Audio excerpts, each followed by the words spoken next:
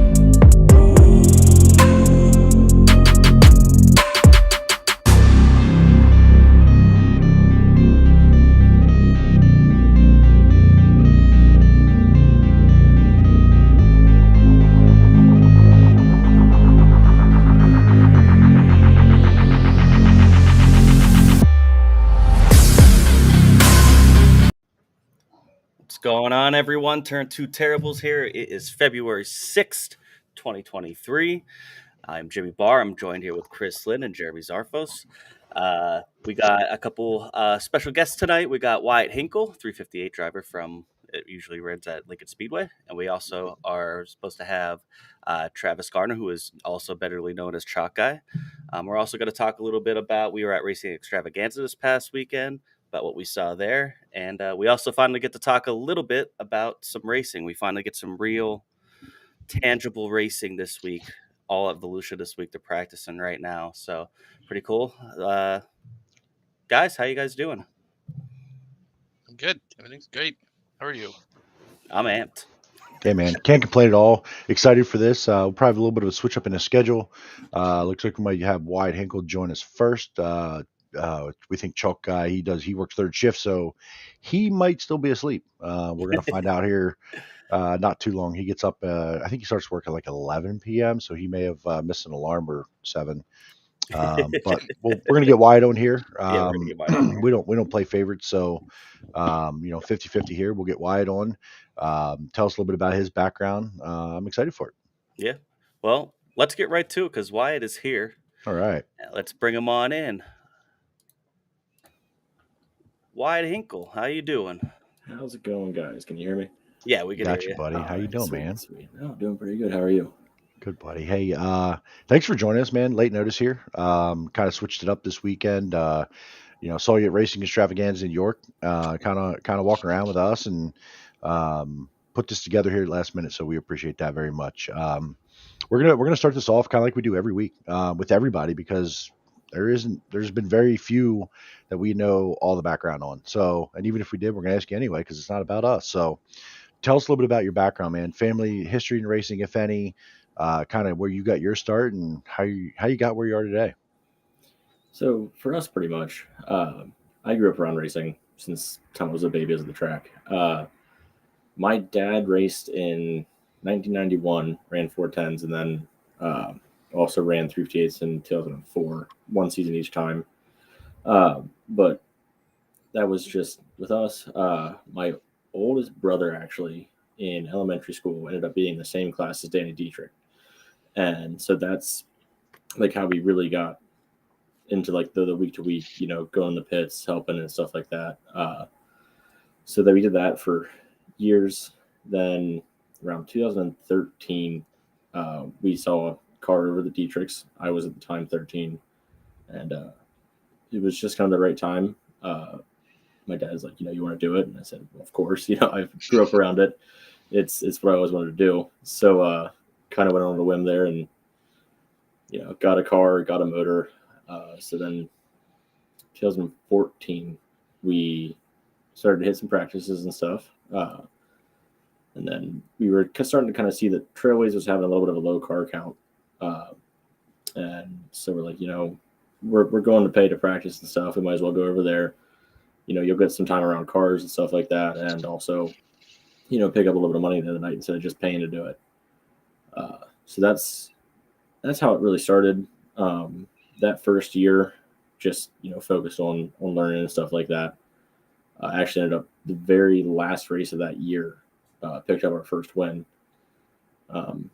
So that was a really cool thing. My closest brother to me actually came on and started helping with us that year, and so that was like his third week helping. It was just cool to, it was all family. Had a whole bunch of family that actually ended up being there. So for being our first year, picking up a win, and it being a special one like that. The first win at Trailway, is that where it was? Yeah, that was our first win. So I guess I should have kind of got back to the point that never really raced anything else. Just grew up working on sprint cars and stuff. So never did like the micros to the 305s or anything like that. Just kind of jumped headfirst into it. But I'm kind of glad we did that, just because it was one of those things that didn't have to like break any habits ever or anything like that. I never got kind of like stuck into one thing. You just jump right into it. Of course, the learning curve is huge for that. But I was going to say, you don't hear too much of that. You hear people come up usually through a couple different divisions before they get into a sprint car. You jumped right in. Yeah, it's like us starting a podcast on a whim. Like, let's go. Let's just do it. That's fine. A little different, but yeah, a little bit. Well, I mean, like, they both seem to go well. So, hey, it's more similar than you think. But, no, so just over the years, it's only gotten better. Around 2018, Ben Snellbecker with Snellbecker Electric came on as a park car owner, and his involvement really put us to the next level. I mean, up until that point, it was, we had the car that we were racing, had a few extra shocks, had like legit an extra set of wheels. It was enough just to get to the night, nothing extra. And, with him, we're to a point now where we have two cars. Our motor program's better than it's ever been. Got a couple motors that we can, cycle through the year, stuff like that. And, it's just, it took us from being like competitive what we have to being able to take it to the next, like I said, to the next level. Just being able to go out and, if something happens, we know that we'll be able to be there the next night. So mainly Trailway early on. Did you venture out anywhere else? Or let's put it this way: how many years were you just Trailway, or did you go to some other places early on? So my first year was, like I said, 2014. So I was only 14 at the time. So I could only race at Trailways. We tried to go to Lincoln once that year, and in no uncertain terms, we were told that we didn't have to leave, but I wasn't allowed to race. So well, that was nice of them. But so my second year, I actually got a waiver with Lincoln to be able to race there under 16, because I had raced at Trailways the year before that. Had to go through their, a little bit of a process. And so my second year was Trailways in Lincoln pretty much every week. And then my third year, I was 16. So I was able to start going to the Grove, Lincoln, Trailways, just kind of race what we could when we could. And for those first couple of years, it was kind of hit or miss. Some weeks money would be tight and, just couldn't make it. But there was other times that we'd go race, 2-3 times a weekend for an entire month, But yeah, so after my third year is when we started like really getting out to wherever we could go. My second year, like I said, was Lincoln and Trailways, and first year was just Lincoln. So not to compare the two tracks, but after you run Trailway the first year or two, first time you get to go to Lincoln, I mean, did it feel like Daytona versus Martinsville a little bit? I mean, they're both smallish tracks, but when you've only raced Trailway, did Lincoln feel like, holy shit, these straightaways are forever? Not really. Okay. Honestly, and this is one reason that I'm really sad that Trailways is gone, aside from just losing a track, is that Trailways was a great track to start at because it was so tight.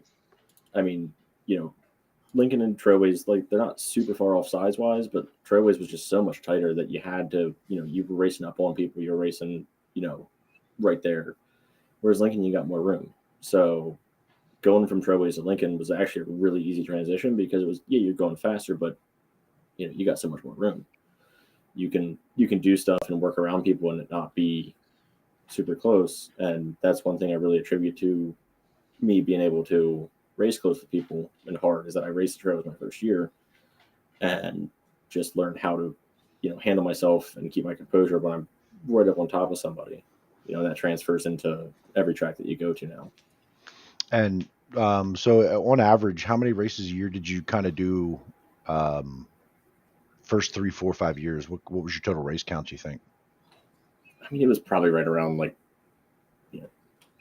25, 30 those first couple of years, mainly limited by where I could race, but and then after those first 2 years, it opened up a lot. I mean, we'll get up into 30, 40 races, just depending on who has us, when they have us, that kind of stuff. What were some of the biggest lessons you learned? You're a young guy. You said 14 years old. So you not only had to grow up, but you had to learn how to race a race car. Not just the physical, make the car turn and go fast, but racecraft, patience, maturity, and just your personality. What were some of the things you kind of look back and go, yeah, I would, or maybe it was even in that same season, you're like, I ain't do that again. Is there something that stands out to you? I mean, for me, that first year especially, I stepped on a lot, but all of it together, yeah, I was 14, but I knew this is what I wanted to do. And so for me, the normal stuff that most people are going through at 14, I wasn't involved myself in, I missed a whole bunch of stuff to go do racing and whatnot. So I wasn't hanging around doing a lot of the typical, high school kid stuff. I was just the track. So, I kind of, I had the people I looked up to, and so I pretty much just tried to, put myself in that same level as far as out of the car, my attitude, how I talk to people, how I present myself, that kind of stuff. And then in the car, just, constantly striving to be better. And I mean, obviously I was 14, you think you know everything, you think right. You think that you can do no wrong. And looking back, there's definitely times that I did some stuff and I was like, probably shouldn't have done that, or I probably should have handled that differently. But it's all part of learning. And yeah, 100% it is. We call that experience. And, that's what I call it. Every time I screw up, experience. That's a good way to put it, that way. So it probably, I would if I was 14 years old and never raced a race car and I jump into a 358 and I win in my first season, that could probably do me worse than it should. That's probably worse for me, right? Because I'm thinking oh yeah, I got this figured out. Look, I won a race in my first season. You go into the next season and you're tearing shit up or making moves you shouldn't because you have all the confidence is important. But did that ever I mean, winning is great, right? I'm not saying it was a bad thing, but did that ever kind of happen where it was almost this overconfidence after winning in your first year as 14 years old? Do you remember any of that? I wouldn't say it was so much an overconfidence. I'm not going to say that first one was a complete fluke, but I knew that it wasn't, oh, I'm the best. I've made it. Bread. Yeah. Okay. I knew that wasn't the case. You were grounded about it.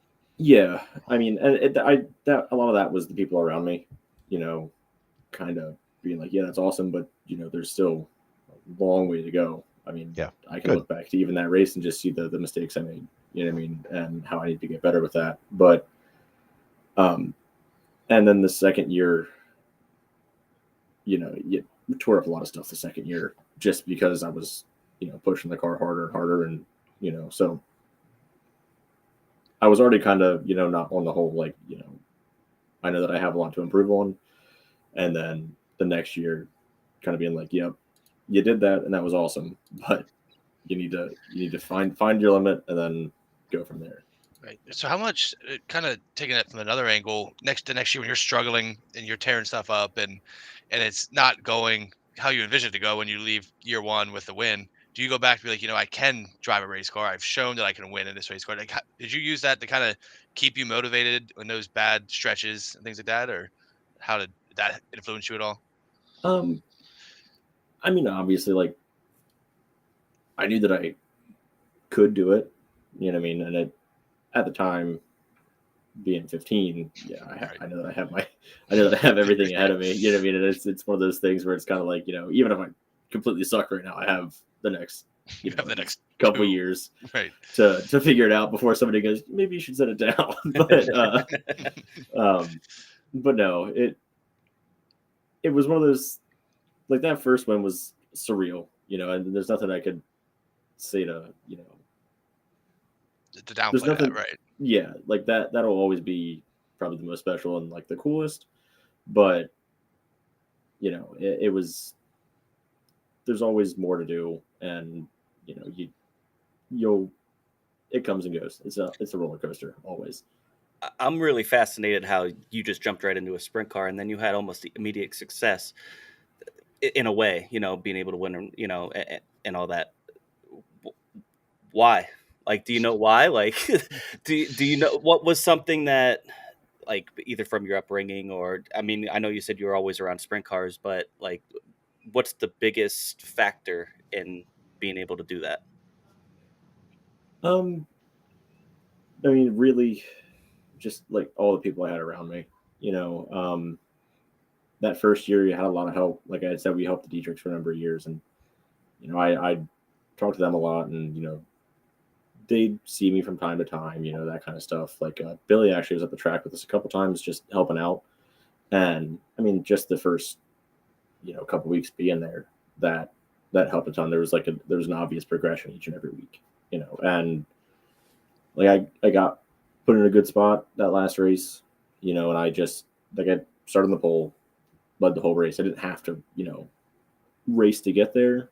So it was more just like I had to kind of, do my own thing. But I knew if I just didn't make a big mistake, like, I'd be okay, So that first win, a lot of it I think was, the cards I was dealt that night, and just not putting a ton of pressure on myself about it. Just with, I know it's my first year, and like, if it happens, it happens. If it doesn't, it doesn't. And so the cards fell right, and I just was able to pull it off. But yeah, I don't think that was a ton of like, oh, I got this figured out. It was just a little bit of luck, a little bit of doing. Yeah, but someone starts on the pole every week. So, like, it's their race to lose, right? I mean, At the end of the day, you can say fluke, you can call it what you want, but you had to run all the laps and still cross the finish line first.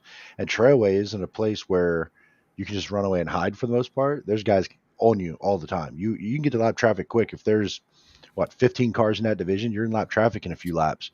You got to go. So, fluke, not a fluke, whatever. Look back. I mean, someone starts on the pole every week. So, everywhere in every race you'll ever see.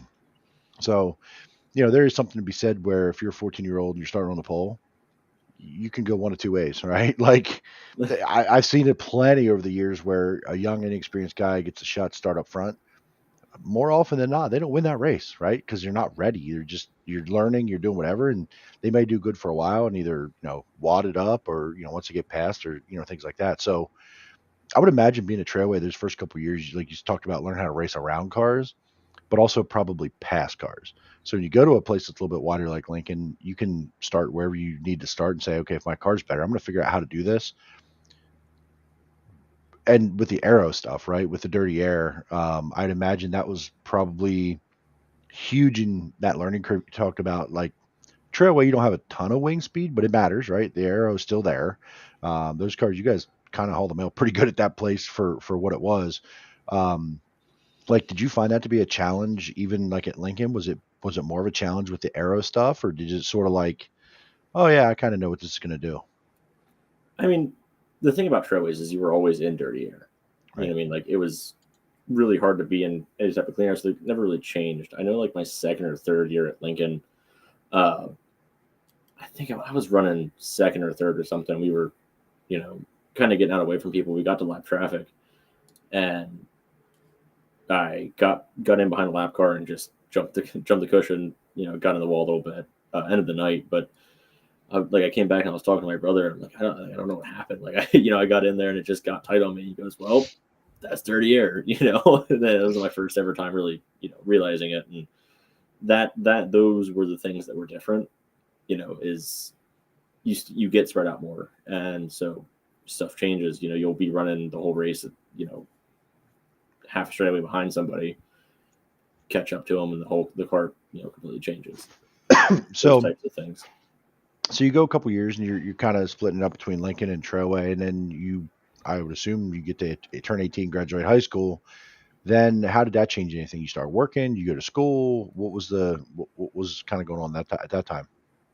So I just went to work straight out of high school, so it didn't really change much for me because in school, I went to school and I was doing the race car stuff. So going into work, it didn't change much except for I was able to spend a little bit of money on the car, Right. Instead of just being my dad at the time. But so for me, it wasn't a huge change because like I said, I wasn't out doing the whole, hanging out with all my friends all the time, that kind of stuff. I was just focused on the racing stuff. So in that regard, it didn't throw too much of a hitch in anything. It just kind of moved right into, working and racing, Right. and that's doing the same thing I'm doing now, pretty much. With so Lincoln, how many wins at Lincoln do you have? As of right now, we got 4 at Lincoln, Okay. and the 1 at Trailways. So currently operating on a 1 every other year basis, and I'd really like to change that this year, but because we got 1 last year, so I'd like to pick up a few this year, hopefully, and break that streak. But And that race you won this year, that thing was a rocket ship. yeah,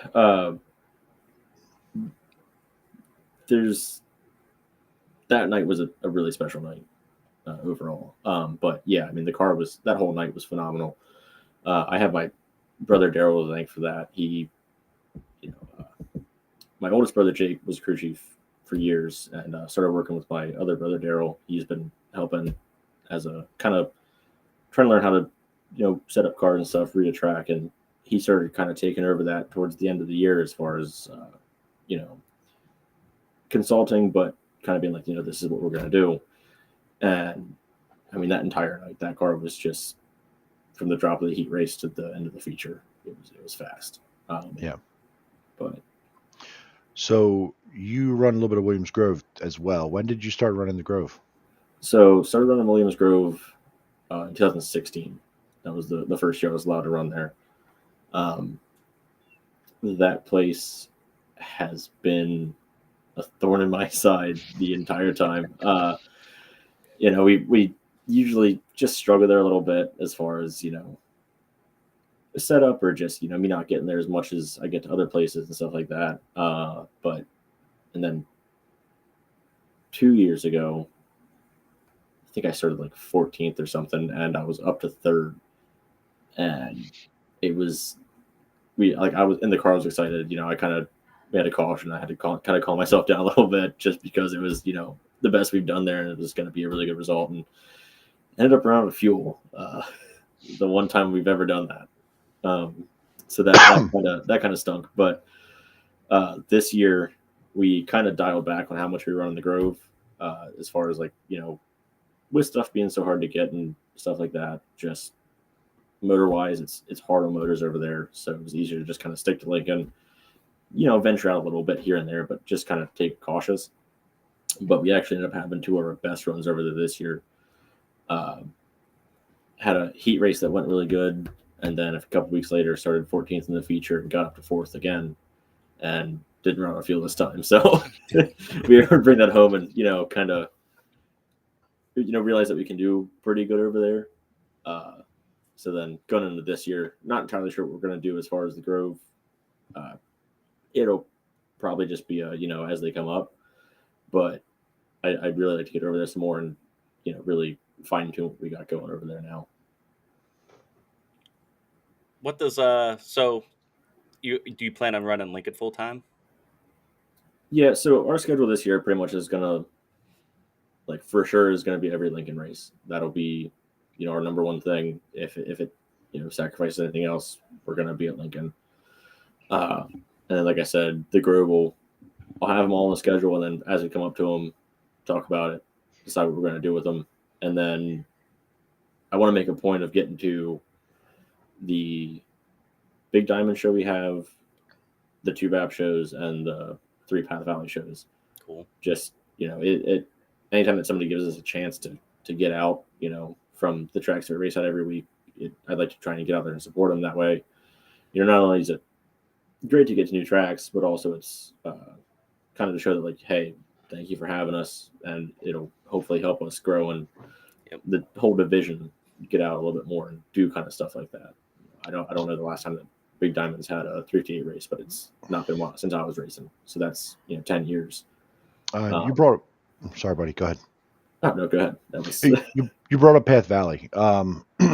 This is some other guys have talked about Path Valley a little bit, and like for me, I've been to Path Valley and I've been to Trailway. A lot of similarities, but how are they different?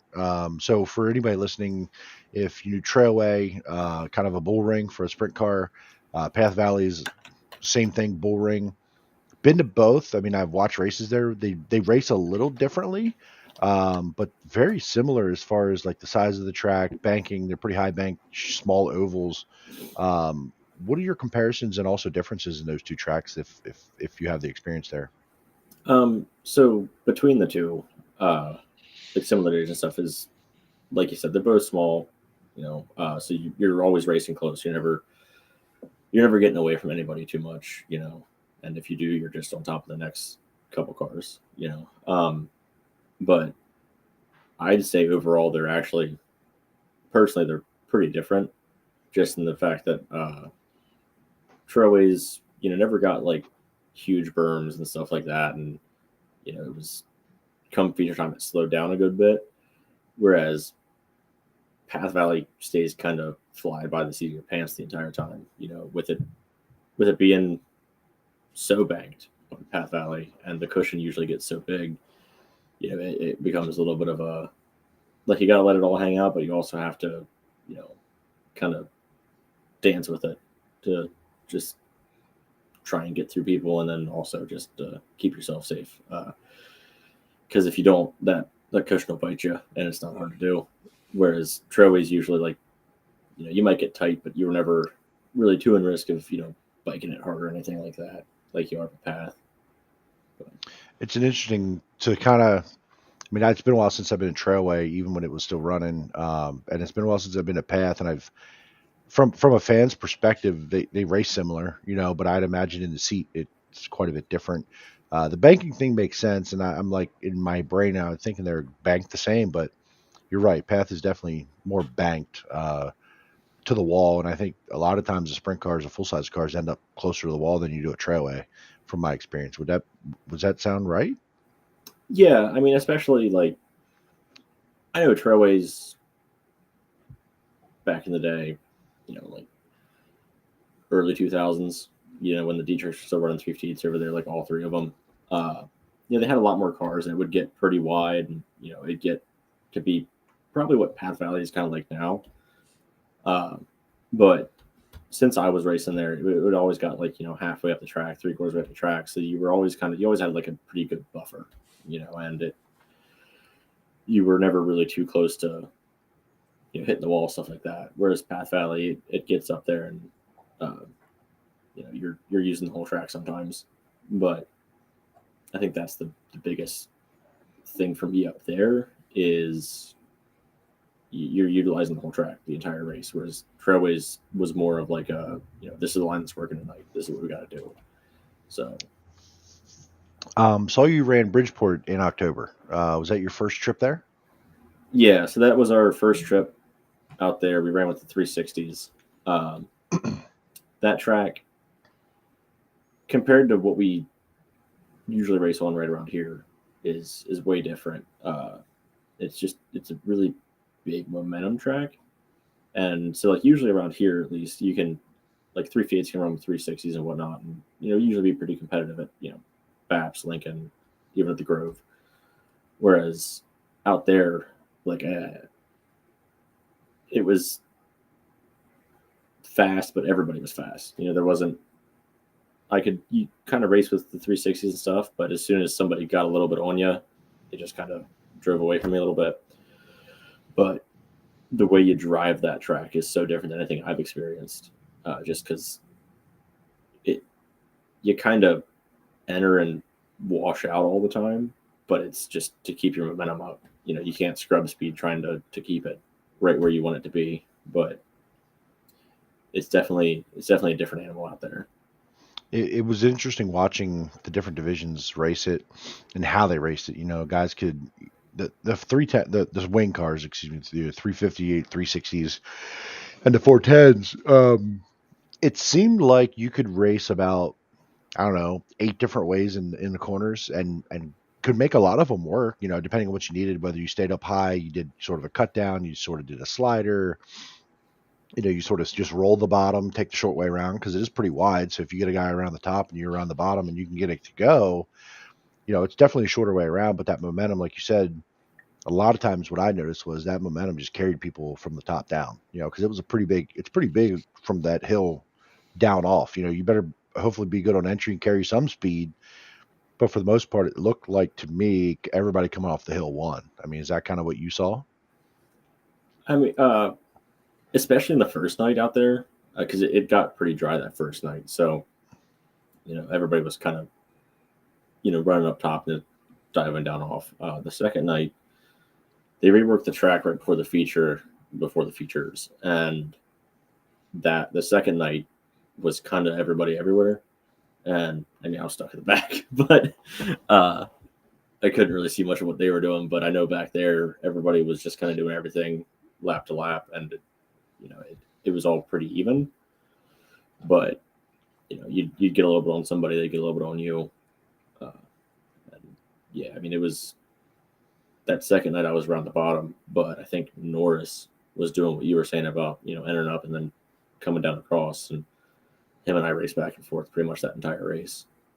Did you get to throw any sliders on anyone? And was it fun? I did the first night. It looked like a lot of damn fun from my perspective. The first night in that qualifier, Joe Cotta and I were at the back starting, and I think there was an early caution we got. There was an early caution because we kind of got separated at the initial start. But after that first caution, him and I were kind of going at it for a couple laps and, throwing sliders back and forth and trying this and that. And he eventually got away from me. But that little bit was pretty exciting. You don't 358s around here. You get some slide jobs in every now and then, but, not like that. That was, the whole way across the track, just real big, let it hang out. But it was awesome. Watching some of those wingless guys do that, I was like, oh, I mean, he was 3-4 car lengths back and would just send it. And I'm like, well, the banking you just leaned on the banking and it slowed down and down off the hill they went. It was wild. It was very interesting to see. And like you said, just so much different than what we're used to seeing here. Standing in the infield, and it was just like every lap, I'm like, who's going to do it this lap? Like, I was excited to see who's going to throw the next slider. That was a good time for sure. Would you go back and run that again? I probably wouldn't go back out with 358 just because, like I was saying, I could kind of race them a little bit, but as soon as they got out, they were running away from me. So, like, if I had a 360 or something that I could be competitive with them with, I'd for sure go back out. It was a blast to race out there. But like I said, just with what we got right now, I wouldn't see us going back out, but I'd love to get back out there, and run with 360s at some point. All right. I'm going to let Jimmy and Chris finish up, and they're going to finish up with their questions, but I have my question of the week. Every driver gets it. It's your turn. Are you ready? All right. You don't know this, do you? No, I don't. Oh. I never made it this far, apparently. Darn it. Eventually, guys are going to be like, all right, when's it coming? Because there's, I've gotten mixed on, like, if people want to say, whatever. So you have to name 2 drivers. One, you absolutely love racing around, no matter what. It's always had a good time for whatever reason. I don't care. 2, who you hate racing around. Now, when I say this, I always have to tell the drivers, it doesn't have to be personal. You just don't like the guy. I'm going to almost call it like the Ryan Newman effect. Hard to get around. They race you hard every time, just a pain in your ass. Mhm. Something like that. Or you can be like, hey, I don't like this guy. I'm here for it. But you don't have to be like, hey, I don't like that guy. Someone you love racing around, someone it's hard to race around. Oh, that's a hard one. So somebody I'd love to race around. I'd probably have to say, I don't know. I always liked racing around Jeff Rohrball. He was, because even for my first times at Lincoln, he ran me real hard, but it was clean, and that carried through the entire time. He usually won those battles, but it was always fun to run with him and know what he's done and be able to keep up with him or dice it up with him and stuff like that, and then to be able to go back and joke about it afterwards. You know what I mean? So that would have to be my favorite. Trying to figure out how I want to answer the second one.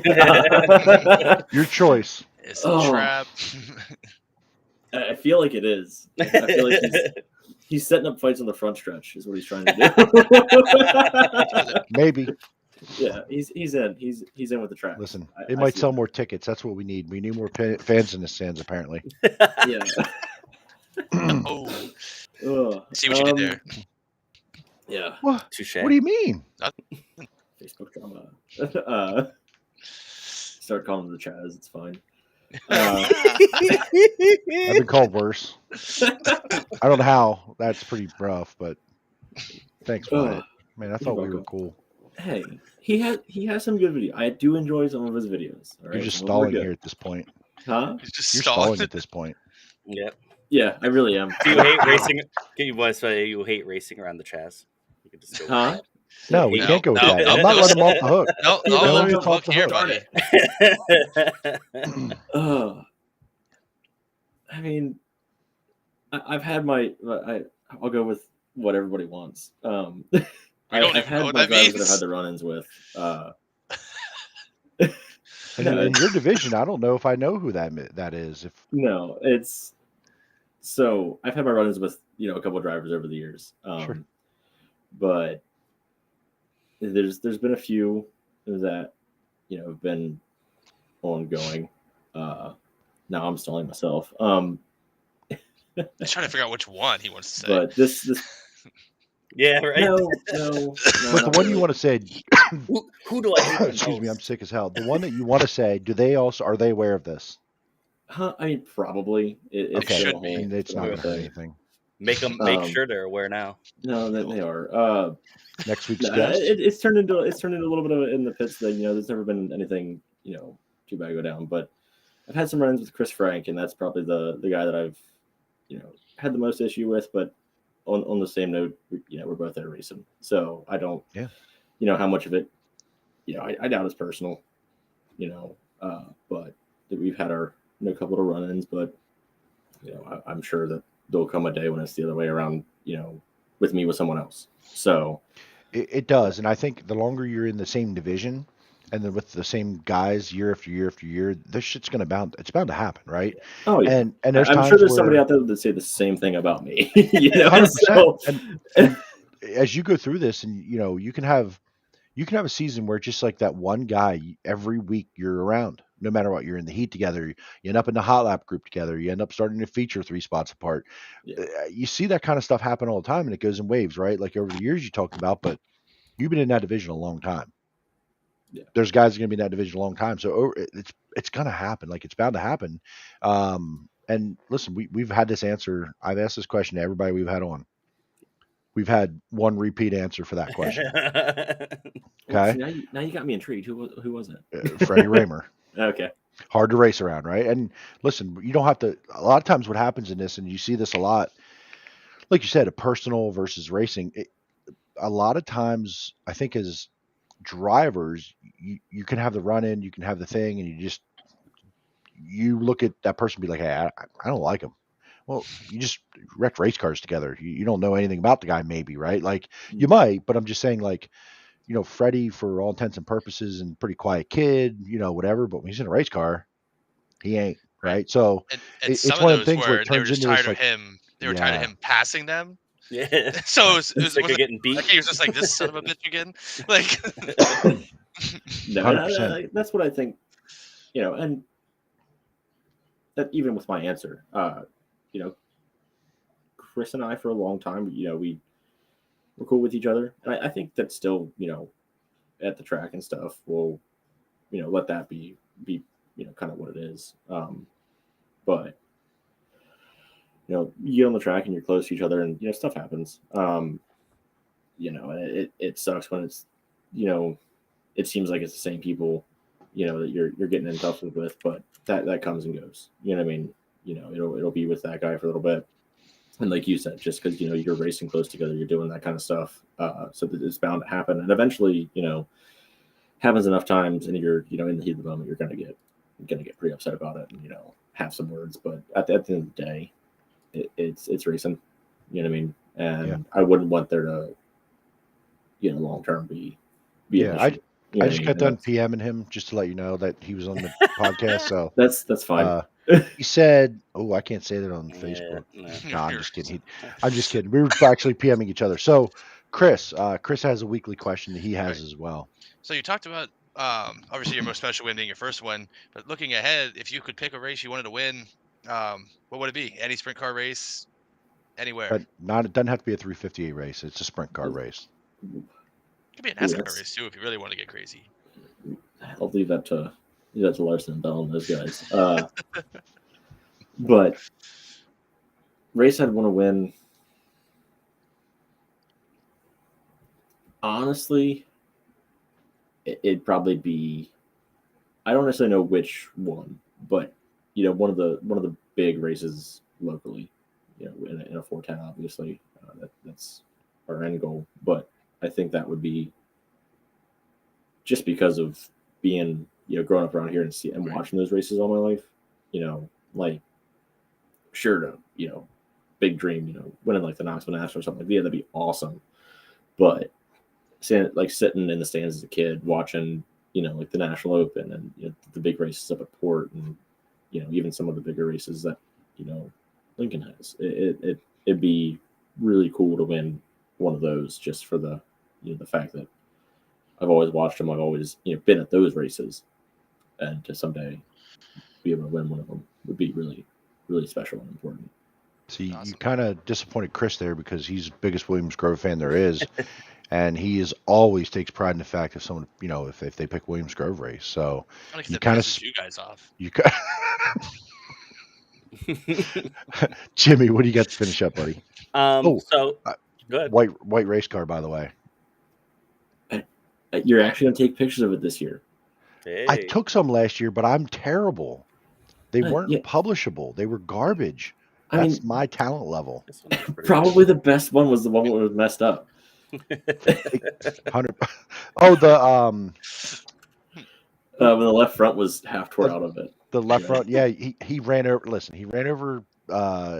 Probably Chris Frank. Okay. I got it. Look, I'll admit, I got in behind Temple a little bit too hot on corner entry and for the left front under. Didn't quite know it right away until he came off at 2, and I'm telling you, the left front tire was not on the ground, broken, up in the air. He was driving on 3 tires around the corner, and I got a picture of it, and I'm like, hey. Like that's I don't not what right. was it? I don't know if it wasn't that week. It might have been the week after because he spun out in 3. Like he came off 2, went down the backstretch.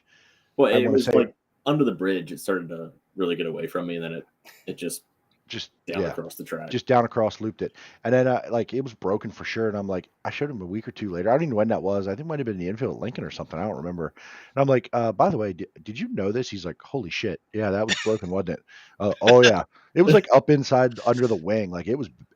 I've never seen anything like that before. Like at full speed, I'm like, oh shit, this is dangerous. It was wild. It was one of those things where like it happened, but because of where I was in the corner, like the car kind of did a little shake to it, and then it kind of felt, everything's fine. Yeah, because you're not at the Grove, you're not, laying on the left front ever really. So it got to the corner, like I was steering, obviously, but I got to the backstretch, and as soon as it tried to kind of transfer that weight over, it just went left. Yeah. All right, man. So Jimmy, I'll let Jimmy finish up, but revealed the paint scheme. Going with white this year. Beautiful scheme. Who does that for you? Who designed the scheme, and who's going to wrap it? That's actually one of our sponsors, To Be Wrapped.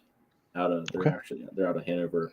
They've done our car the last, I think this is his 4th year doing our car, and he's done a killer job every time. Very nice. So I kind of give him, what I'm looking for color wise, and he runs from there. And like this year's car is just phenomenal. But Top notch. I'm looking forward to the pictures. All right. I got you. It's white. I'm in. Yeah. Okay, I got 3 more questions for you before we let you go. They're All easy ones, though. The first one, I kind of been asking almost every 358 driver this. Do you have aspirations? I mean, obviously, you kind of sound like you have aspirations to get into a 410. Are there any plans? Do you have like a pathway to that? I mean, as of right now, my aspirations obviously are to get into a 410 and see where that goes. But as of right now, we're kind of just looking at the 358 stuff as far as it's what is in our price range. Gotcha. If the opportunity was to present itself one way or another, be it in our stuff, or if somebody else was able to, if I got that opportunity, which would be just phenomenal. Like I'd take it in a heartbeat. But so yeah, I mean, end goal is to be racing 410s and wherever that might go. But for right now, just doing what we're able. Good deal. Next question: who are you rooting for in the Super Bowl? Don't do it. I see this is an that actual jersey. trap. I see the jersey. Don't So I know engage with him. Don't engage with him. I know what answer he wants, though. Yeah. Yeah, And if go you the don't other give me way. the answer, I'm not going to let you thank your sponsors. Huh? Well, that's just rude. I'll share the podcast on Facebook and then add my sponsors to it if you don't let me. I figured I got He answered it perfect. So I'm guessing you're going for the Chiefs, and that's okay. Wait, is that this weekend? Not really. I'm kind of indifferent. Okay. Yeah, that is this weekend. I'm there for Rihanna. I'll say that. That's Hey. I'll take that answer. I'll take that answer. Look, I'm a Steelers fan, so both of them are kind of a kick in the pants. But and who are your sponsors? Who helps you get to the track every week? So for sponsorship, we've actually this year has been great for that so far. So we have Snellbecker Electric. That's actually the park car owner, but he came on as a sponsor in 2018, and that relationship grew, and we were able to. He eventually came on as a part owner, and like I said earlier, that really progressed us to.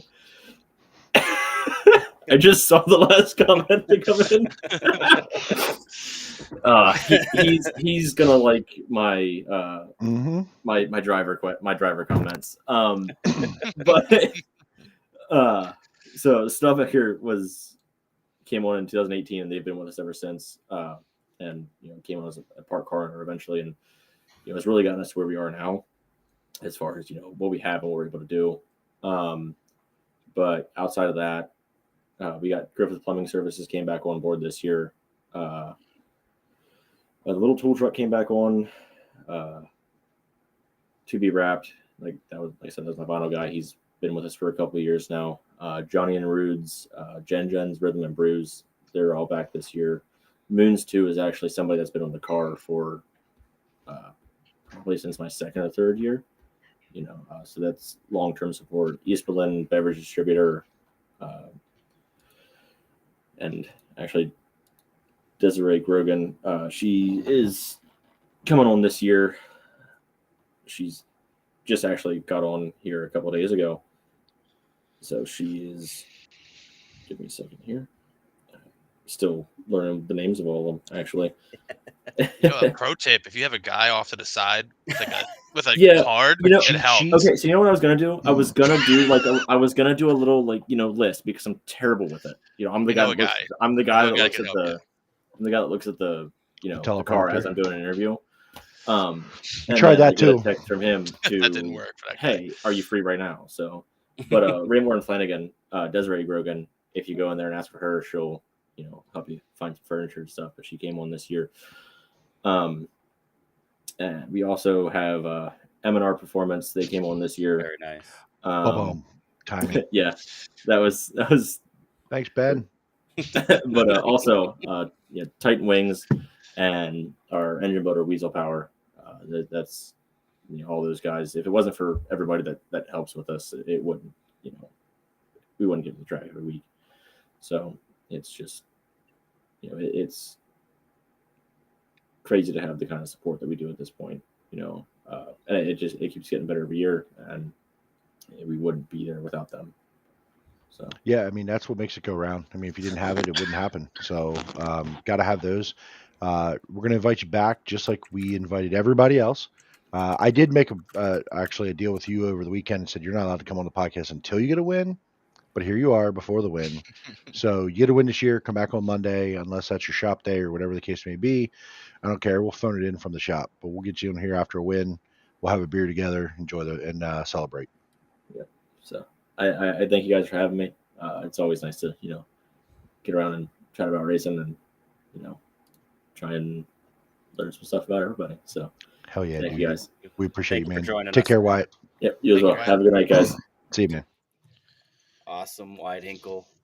It was a good interview. Good to find out some more about him. I didn't know he just jumped right into a 358. That's pretty Same. wild to me. That's. I mean, you if he don't can do hear it, I about can that. do it, right? And it's, No. Let's go. especially everybody we've been 14, talking 40. Oh yeah. to. shit. Everybody has That such is a unique, come up into where they're at right now. Everybody that we talk to, but I don't think I've heard yet. We definitely haven't heard yet. Just a 14-year-old kid jump into a 358 and going. That's pretty wild. So Here's the keys. Yeah. Per se. And that definitely shows some of the raw talent he has then, for sure. You know what I mean? I was trying to tee that up for him when I was asking him, hey, why do you think he had so much success? Raw Skills, talent, bro. God-given skills. talent. So we haven't heard from Travis Chalkeye. I don't think we're gonna be able to have him on tonight. We'll try to reschedule. But what we could do is talk a little bit about our weekend at Racing Extravaganza and talk a little bit here about Volusia too. And if you guys are watching right now, put your questions in the chat on what you guys want to talk about too. We'll chop it up here for a little bit, see if he joins us. But yeah, Racing Extravaganza, guys, that was my first time ever there. I know you guys have gone there a lot over the years. What'd you guys think? Yeah, I've been going since I was a kid, and I don't know if I've missed one. Excuse me, other than maybe when I didn't live in Pennsylvania. There was a couple years I think I lived in Texas. Maybe I missed it 1 year since I was like 7 years old. I don't remember. But I think the show's going in like a weird progression. It used to be 2 halls. I mean, there was shit everywhere, and it kind of like downsized a little bit. And the group that has it now is really doing a nice job and trying to build it back up and have some really unique things that aren't necessarily racing centric. Sean Clifford with the NIL, with their group that was there, I think Elite. Limitless. Yeah. Limitless. Yeah, that was interesting. I hear my kid. I might have to go, but that was cool. The cornhole tournament just getting bigger and bigger. Like some legit pros there. The one thing that I wish I might have to try to get contacts of who runs the thing, but there was a car there that was going to get wrapped live, like they were going to do it while the show was happening. A sprint car. It was an all black car. It was Hayden Miller's car, and it was there, and they had it scheduled to be wrapped in like just there, and they were the guy was going to come in and do it, and I think something happened with the product and didn't get in time or whatever, so it didn't happen. But I think that would be a cool, that's cool. like a cool deal. Do multiple, have it set up where people bring their cars in unwrapped and they watch these guys letter the cars and see the final product. I mean, I think it's something for people to see versus, again, there's nothing wrong with it. It's just a stand of people standing behind it going, hey, look, there's a stand with people. There's something to grab someone's attention about the world of racing that we do. And listen, this isn't my idea. I love their idea. I'd love to see them expand that. Mm-hmm. I think they're really onto something there. So for me, it was great to see some people I haven't seen in a few months, drivers, some just contacts with teams and track people, the New Sealands Grove crew, with the Stutz family and kind of what they're doing.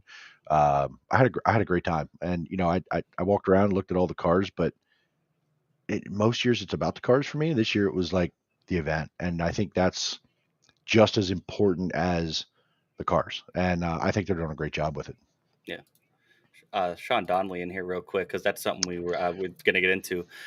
Do any of you guys know anything about the Selinsgrove schedule? That was something when we were there we asked, and they don't have a schedule out yet, but we were told pretty soon they're going to have some news, and hopefully we might be able to have some of that news on here. Possibly, we'll see. But Yeah, I woke up to Ethan Stutz, and I said, hey, I kind of whispered in his ear, and I said, I bet nobody here's asked you about your schedule yet, huh? And I'm glad he had a good laugh about it. So, I know it's on their mind. I know it's a number one priority, to get that out to the fans and the drivers, because, there's been a lot of rumors swirling about kind of what their schedule looks like. And I know that there's some 358 teams, especially, kind of waiting to see what they have in store to kind of put their season out there. So, super excited to hear that. And I think that's going to be coming soon. Yeah, I'm excited for what they're going to bring. Chris, what caught your eye there this weekend? I think they kind of picked up what Jeremy said, just talking, interacting with people that it's kind of not. It's like you see drivers at the racetrack, they're in their office, they're working, they're kind of busy there. You kind of had a more relaxed type atmosphere where you could kind of pick their brain, and everyone was just kind of hanging out and just looking at different things and getting re-meeting after most of these people we haven't seen since October at the National Open. So I think that's the cool part for me. Yeah, it was a good deal. For me, it was my first time ever there, so it was a lot of sensory overload for me. I knew I was going to see race cars and stuff, but I didn't know exactly what it entailed, and it was pretty cool. It definitely was a great experience, and looking forward to go back probably every year from now on. It was a cool deal. Just the tracks and there's some vendors there and everything. Like you said, it wasn't just like a mall show of a bunch of cars. It's a lot of different things and everything. This Selinsgrove was definitely one of the more intriguing things for me. They had a huge stand there. They had no schedule. But we know some of their races. We know they're getting an all-star race back. We know that they're going to have, they kind of release some of that stuff in like press releases and stuff, but a nice concrete schedule would be is definitely going to be something that we're all going to be looking forward to, because I think, like you said, there's a lot of people waiting to kind of decide on their schedules and kind of see what they're going to do from week to week, depending on them, which is a good sign for Selinsgrove that people are holding out, to see what they do, because people want to go and race there and fans want to go there, including myself. So, yeah. For sure. I agree completely. A couple comments here. Tyler Shell, you are our World of Outlaw iRacing champion. Yeah. Got to see him there. Got to hanging out for a little bit. He should be going to Florida, right? He should be. Is he heading down? Is he gone yet? He might be there now. I forget. He said he was flying out Wednesday. I think he said. Yeah, I think he's flying out Wednesday. I just talked to him a few minutes ago. He was still on Discord, so I think he's still home. But Ashley Capetta, thanks for tuning in, Ashley. Yeah. Hey, Ashley, reach out. We'll have you on someday. We'll bring you on here. We can chat. Got to know Ashley a lot last year. At Lincoln, and talked to her a lot through her season, and she had some ups and downs for sure. And I feel like there's 358 teams this past year. There was a lot of 358 teams that had struggles that we've seen have success in years previous. So, I think Ashley kind of fell in that boat and had a few good runs, but there was a lot of those weeks where it's like, okay, let's get this thing going. And I think at the very end of the season there, she had a really good run. So, awesome. Would love to have you on, Ashley. Awesome. Also, cool. Wyatt Hinkle, shouting out Apex Media, coming on board with him. We did talk about that over the weekend. And, I know Cole and Nate and those guys, they do a hell of a job with Apex and their video content.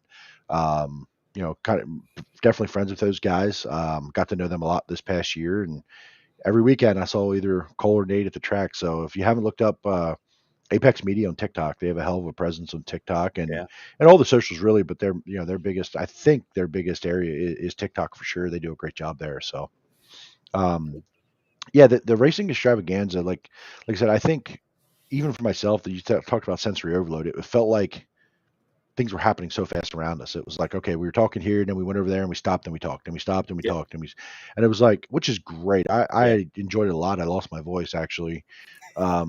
It was a crazy weekend for sure. Been a little bit under the weather, and then I lost my voice, and it's kind of a weird thing. I was helping out with Nat's car a little bit there, and supporting Bob Ruth Ford and Nat, because he works with them, and Nat was at his boys wrestling tournament. He has twin sons, and helped out there a little bit, kind of just hung around, and then we made some contacts with Turn Two Terribles, handed out a few cards. So a lot of our good friends, Cody Hartlaub and Kyle Keene and Dakota Kuhn, all of our close buddies were there and got to kind of shoot the shit with them a little bit, And past guests. and past guests, right? Future and past guests, and I think we might lined up a couple future guests for sure. Some pretty big ones here. So keep an eye out. If you're watching this now for the first time, subscribe. Find a way to follow the content, because we're not slowing down. This train is going to keep rolling. Just shout out with Ashley there. I saw this morning her event coming up. She still has a few tickets left, 30 as of this morning. So if you're looking to try to go to her event this weekend, I believe it is, check out her page and get the information for that. Good deal. Rocky, if there's anyone bigger than Jay-Z, it's Billy Rocky. Let me tell you, this guy here, where's the hat? Here, Vengeance Apparatus, if y'all don't know. This is a Kyle Keene sponsor, or excuse me, Brett Strickler sponsor, front wing of Brett Strickler's car, Vengeance Apparatus. They upfit fire trucks, fire equipment, vehicles for a lot of it's specialty use type stuff. It's not your traditional fire truck. So Vengeance Apparatus on Facebook, they just got a nice new facility. They do a hell of a nice job there. And actually, I think Billy might be their TikTok guy. So I think he is. And if he does, man, this guy is a superstar. Let me tell you. That's Billy Rocky, everybody. Billy Rocky. And I believe, just to tie bow, so Sean, I believe it was last week, said they're in Volusia right now, if I remember right, Donnelly. Oh yeah. They tune in every week, and I think they were going to Volusia. I think they're there now, or going down for the All Stars and the Outlaw event. So that's pretty cool. Hey, what is that hat you're wearing there, Jimmy? You got a Keen Motorsports hat? Got a Keen Motorsports hat. Don't want to let too much out, but we were hanging out at Kyle's shop yesterday, and I learned a ton, and we learned a ton about him and his family and his dad and all that. And Jimmy got a hat. Deal. And I got a hat. So somebody private messaged me and said, "Hey, I need to get one of them Kyle Keene hats." And then we just see a Turn Two Terribles hat here. So apparently the hat business is a booming.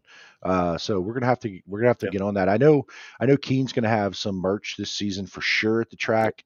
As far as Turn Two Terrible merch, we have not really invested a ton as far as selling them. We're not. I don't know if we're the type to merchandise ourselves that way.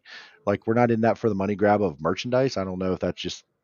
I don't know. We haven't really talked about that a ton, but we may have a few here and there, small batch. Yeah, if there's enough interest, we'll do a run this year, and we'll do something. We appreciate everybody who does want one and is real willing to rock it, out in public. So I can tell you, trying to show this hat is sweet, and maybe you can sign it when I see you next. You can touch it at least. He's so famous. Oh, yeah, he's so famous. I can't wait. That's World of Outlaw iRacing champion Tyler Schell, the people's champion. He wants to touch my hat. That's a PA Posse member. We're going to call that I Posse. Yes. Posse taking down the title. Hey, Volusia, there's some sprint cars on the track again. I see Anthony Macri. There's the 26. Got him out there right now. I think this might be their second session. There's Hunter Schoenberg. I mean, I don't know where my stream is compared to everybody else's, but it's cool to see 410s on a racetrack, isn't it? 410s in America, in our time zone. So they're practicing the night down at Volusia, but then you got pretty much 5 straight nights down there at Volusia, or 6 straight nights. I think it's 5. 2 All-Star races, 3 World of Outlaw races, and and then the season's starting. You know what I mean? You got the All-Stars, they go to East Bay then, and then I think the Outlaws go back to Volusia in a couple of weeks, and it's the season then back up to PA, where we'll be hopefully 70 degrees. It's sunny at the end of February, the way the weather's kind of been. Maybe today would have been a good day for the icebreaker. Yeah, you never know. It's a kind of a up the weather around here that day. You just okay, you can look at a week ahead, but by the time you get to the day, you just don't know how it's going to go. Yeah. I'm already scrolling out on my AccuWeather app 14, 15 days out, just to try to get as close to the day as possible. Right. Is it going to be 20 or 50? Yeah, the way too early forecast. Yeah, I'll probably start. Well, I got some free time. I might start doing that soon too. A couple comments here. So Tyler Shell got East Bay's about to start with some late models. Tyler, we don't talk about those on this show. Okay, there's actually I will give a shout out because we're not That's in not entirely competition. true. That's We're not not. true. We We are do. open to late model gas if somebody wants to. We are, but I will say this: we're not in competition with anyone. But there is a couple local late model guys who just started a podcast in the last week. I want to say. Oh, really? Yeah, I just saw it on Facebook come across, and I wish I remember the names, but they had a lot of good interest. I saw they kind of made a post about it. So check out the local Pennsylvania pages if you're a late model guy. Two drivers actually are going to be doing it. So That's way cool. more educated people than us, Yeah. talking with guests or just with each other. I don't know. But no, we would absolutely have some late model guys. I have a couple buddies in that world, so I might be able to pull some strings if we get through, the real car, people. So wait. Yeah. Oh no! I just insulted late models, and I got a late model guy. Oh no! Told you. Jay-Z. I'm not good at this. We don't know what we're doing. Okay, we never admitted it. There it is. Yeah, Wyatt Hinkle, Raceaholics Anonymous. That's what it's called. Cool. So check it out. Check that out. Listen, Yes, Tony, you can stay. By the way. Yeah, That was please, Jay-Z. Tony, Yes, please stay. please We stay. appreciate all of you. And I've talked to a lot of people here recently, and there's definitely an appetite for this type of content. And I don't think any of the three of us thought about it and went, "Wow, man, we just were like, hey, we know we're at the race every week. Let's just let's try Let's to get just some sit down people and on talk let's about talk it, yeah. about it." So, we found pretty quickly there's an appetite for getting to learn about these drivers, and all the drivers have been like super open to it, and we love. Listen, every week I've learned something about all these guys, and we're not racers, so we're not going to get overly technical with all the hard parts and all that stuff, and that's what the pit area is for. I want to get to know these stories, man, and kind of like where they came from and the sponsorships, and the more fans they gain, the more exposure these guys have, the more sponsors they get, the more people buy their merch. That keeps these people on the racetrack, and if we have people on the racetrack, I'm a happy guy. It makes the local racing scene very healthy. You know what I does. mean? Which is, we have a good racing. We're lucky to have a good Very local fortunate. racing scene here in PA. It's not like that everywhere in the country, to be honest. Right. And we're seeing that a little bit when you start hearing stories from all over the country. So we got to keep that going, man. Hell yeah. What else we got going on? Do we want to talk about the flow thing? Yeah, Bill. Oh. It's interesting. Yeah. It's interesting. It's an interesting angle that Lincoln's taking. I don't know if it's right or wrong. I think we're going to find out. I mean, it's their business. They have to run what they think is best for them. And if that's we don't know the numbers, right? We don't know what all goes into it. So maybe they have no choice. Who knows? From our perspective, I agree. It's kind of unfortunate for Jimmy, Lincoln's hours from you. Yeah. You will probably see 2 Lincoln races this year, and one of them is the icebreaker if it's not 20 degrees. Yeah. I mean, if Port's not having this problem, they're seemingly okay with how things are. It sounds like nothing's gonna change there. So, and I even saw on Twitter today they said nothing. They're not in any kind of dispute on contract. So, and that's from their socials. So, I don't know. I think it's interesting. I'm personally, I know Lincoln has to do what they got to do. Key point right there. Yeah, it's traveling a ton, miss seeing cars, and that they sponsor on the track. There you go, exactly right there. It sucks for the teams. It sucks for the fans. Now they're not completely getting rid of streaming. They're gonna have 11 some races, pretty much all their biggest events at like 1 or 2 weekly shows. I guess it's to get fans out to weekly shows a little bit more. Ashley Capetta right there stinks. I won't get to watch the replay after the races I run. Absolutely. I mean, it sucks for the drivers. It sucks for the teams. It sucks for the sponsors. I just wish there would be more content. You gotta also go back just a couple years when we didn't have any of this streaming. We gotten used to it, and now it's like, oh, now you're gonna take a little bit of it away, and it's like, why are you taking away such a good thing? But if it's hurting if Lincoln thinks it's hurting, then I get it. But to me, selfishly, I kind of hope it doesn't work, because that means I think a lot of other tracks will follow suit, and I don't want to see just that happen. wish they would give more context to why. And I don't Yeah. know if they can. I don't know if it's non-disclosure, stuff like It's that. money, I mean, Chris. It's definitely Without comes down to the saying, money. It's money. But Why what else money? would you not do it? Yeah. So I listen. I don't care what people think about me. I have an opinion, and it could be wrong. It's an opinion. I'm a fan. I think I agree with everything Ashley's saying so Yes. far. I But think continue it's on. unfortunate for sure. I remember going to Lincoln when the general admission was $12. I remember those days still. And now again, things change, times change. We pay out more to the winners. We want to, do all these things. It costs more to have these tracks run. They're a business, right? They are a business. If they don't make money, they don't exist. I get it. Totally get it. But I think they need to make sure they've looked in the mirror and they're doing everything they can, regardless of a streaming platform or not, to make sure they're putting asses in the seats. Yes. Take a hard look in the mirror and don't blame it on streaming, because there's an appetite around the country that's not Central PA to watch these things. I watch Yes. California races all the time. I watch races across the country all the time that I could never travel to and get to on a weekly basis. I love it. I can't get enough of it. Great. To simply blame a streaming platform for the lack of gate admission, I think is Short-sighted. It's lazy. low-hanging fruit. Right. It's lazy and short-sighted. Potentially, again, this is an opinion. I don't know Yeah. anything. I don't have the balance sheet. I don't know their books. I don't know their money. I don't know all of it. But there's times where I go to Lincoln and you see 1, 2, or 3 divisions, and you have 100 total cars there at $30 a head in the pits. Okay, so I'm thinking of the balance sheet right there. Yep. Okay, the fans that you get on a weekly show, it's 95 degrees. There's 410s and there's legends. Okay, and you're there from 7:30 to 1 a.m. Right?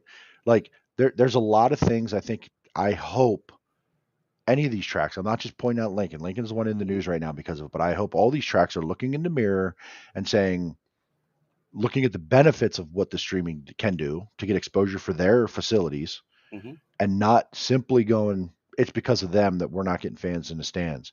Because I don't think, I'm going to use Port Royal as a good example. They're not having an issue. Right. And Justin was here on the show a few weeks ago and kind of said they're there to build an event. They're not even worried about the streaming. They're there. Every Their job week, is to not just promote the the big event. races. Yes. Right. They're there to build an experience for the people at the track. If you do that, the people are going to come to the track. Right. And listen, I've been going to Lincoln most of my adult life. We talked about this. Yep. I've seen it packed on weekly races. I've seen that happen. Something has changed. Okay. And I can't sit here and tell you honest to people's faces and say, I think it's just because of flow. I think that's unfair. It's not. So I think a lot of people started choosing, one, to save some money, for sure. Sure. And two, to stay home, to not have to sit there for an 11 p.m. roll off for the first feature. You know what I mean? Getting out of there till 12:30, 1 o'clock, not just for the fans, but for these, God bless these race teams that sit there through all that. You know what I mean? Because and you're 100% right. And I will give them credit. They're going to 7 o'clock starts this year and more 2 division shows. Yeah. So when I say have they looked in the mirror, they have. It's to a point and listening a little bit. Okay. People, I think, in around that area have kind of given Lincoln some grief for being stubborn over the years a little bit, and kind of this is our sandbox, right? And we do it the way we want to do it. So I will say that they're listening a little bit here. So I'm not going to just completely just kind of shit on them per se, but the 7 o'clock start, Port Royal 7 o'clock start. How many times I've been at Lincoln, they're announcing the winner at Port Royal before they've rolled the B main off at Lincoln. Yep. They're announcing the A main winner. So, or even the fact that Danny can drive the Port Royal to Lincoln and make the heat race. Like, I mean, I know that's rare, but still, it's happened. Because if I go to Port Royal is a lot closer to me than Lincoln. I could be driving home from Port Royal after the feature's done, everything's done, and I could be listening. It's kept me awake many nights coming home, watching the Lincoln race and trying to stay awake, like after a long day, and I'm not even a team and just falling asleep. But the other thing you talked about the drivers, I don't want to be there all night, and that's another part of the fan experience. If you're there till 1 or 2 in the morning, fans don't want to be there still. You go to the Right. pit stops race to meet drivers. Well, they They- have they- to get their stuff home to clean They're it, already get ready. halfway packed up. Like Right. right. So it just takes away from the whole thing versus you get done at 10 o'clock or 11 o'clock and Mhm. the teams are still just hanging out because it's not that Not too rush to late. get to the next place. Right. Yeah, and you know, there's a point with the concessions. They close. People stop buying them. You're not staying. What are you keeping people there that long for? You know, they don't really work. When's the last time you saw Lincoln rework a track? They haven't done it in like 2 years. So what's the holdup? What Yeah. are we Yep. really waiting for here? Yeah. They haven't been reworking a track like they used to. Mhm. How I remember times Grader would be out and reworking the place and laying water, running it back in. They don't. They They don't do that kudos anymore. to Fred Putney and the team because Lincoln has had superb surfaces, in my opinion, the last couple of years without touching them, and we're still there till forever. So it's like, come on, like, so you know, I hate everything about the flow being back down. I guess in their mind, if that's hopefully short term, and they do it, and I know I saw someone write like, why would they only televise the biggest shows? Well, typically at Lincoln, whether you have streaming or not, they fill the seats in those shows. Mhm. So that's that capacity, that reserve, the big show. You got a That's full not hurting crowd. them. It's not going Yeah. to hurt them in their mind. So I can understand that perspective of it for sure. Yep. Sean Keane with a great comment here. Finish at 10 p.m. and let the fans and families come to the pits to see their favorite driver miss those days. Yeah, you don't really get that too often That's anymore. why we're all doing this because Yes. we grew Yeah. up in those days. Like, Yeah, 100%. And like I said, for me, I'm like 2.5 hours away. I pick and choose when I go to Lincoln once or twice a year. Usually I camp out there or something, or I'll stay. Maybe I'll crash on Chris's couch.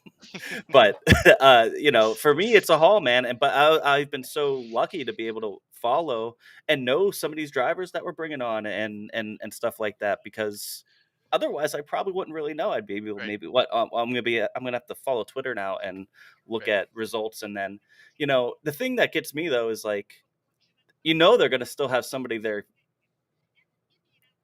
taping the race. You know what I mean? Because they have that big video board. What are they going to do? Just not use it now? You know what I mean? So I don't know.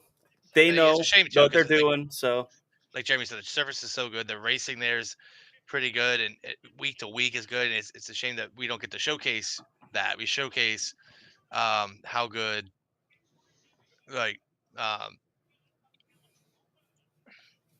we see how good Port Royal is every Saturday, and we see how good everything else is. You know what I mean? So it's a shame we can't see Lincoln too, like as Yeah. much anyway. Yeah, I agree completely. So this weekend we have Volusia. yes. Next weekend we're and Super Bowl this weekend. Next weekend I believe is Motorama here in the Harrisburg area. Dirt bikes, four wheelers, the whole Central PA. Motorama. And then after that, what's the next weekend?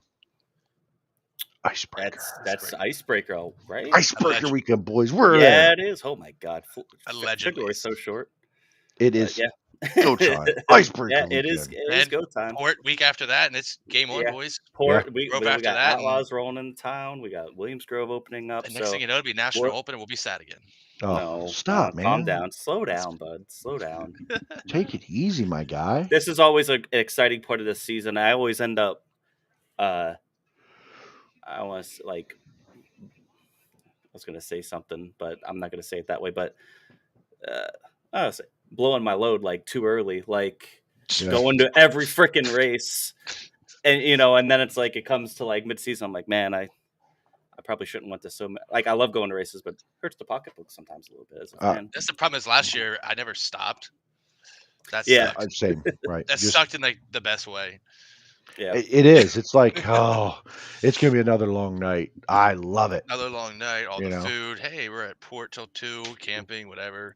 I'm gonna have to camp a couple times this year. Like, I'm gonna sleep outside of one of y'all's tents on the ground and get up in the morning and drive home because, bro, there's been some long nights. some of those nights that work all Yeah. day or you're up early and just end up being a long stinking night. So I could Oh, set man. up I could set up an extra. I have a very big tent. I could set up an extra air mattress for if you want. okay, Snug- I'm in. snug with baby. So Volusia this week. We'll probably talk about the results there. any favorites that you got? What are you looking forward to seeing at Volusia this year? I mean, obviously you got new paint schemes, new people with some new think we'll teams, I see. guess. The cool part is seeing who's ready to go first, right? I mean, Yeah. obviously getting the bugs worked out. You expect the outlaw teams to unload, like outlaw teams and be ready to rip. I'm curious to see Anthony Macri if he can keep building on how his season went He looked last good at year. Volusia in the 360 last week. Brent Marks, if he continues it, I want to see Danny.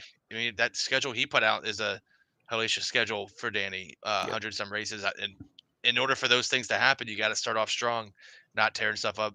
It's early, but still, it's exciting. And then next thing you know, we'll be at high limit and stuff. But I mean, that's what I'm looking at Volusia. Those outlaw and who's ready to hit the ground running and get their year off to a good start. I agree. Anything else, guys, before we get going? I think we're good. That's it, man. So sorry for anybody who came to see Chalk-Eye. He's obviously not here. MIA. We'll try to maybe reschedule him in the future. Or not. But we'll find out. We'll find out. Thank you so much again to Wyatt Hinkle. Thank you for everybody here joining. Shout out Keen Motorsports. And yeah. Stay tuned to the socials. More guests next week. We'll figure it out. Absolutely. Thanks, everybody. Take care.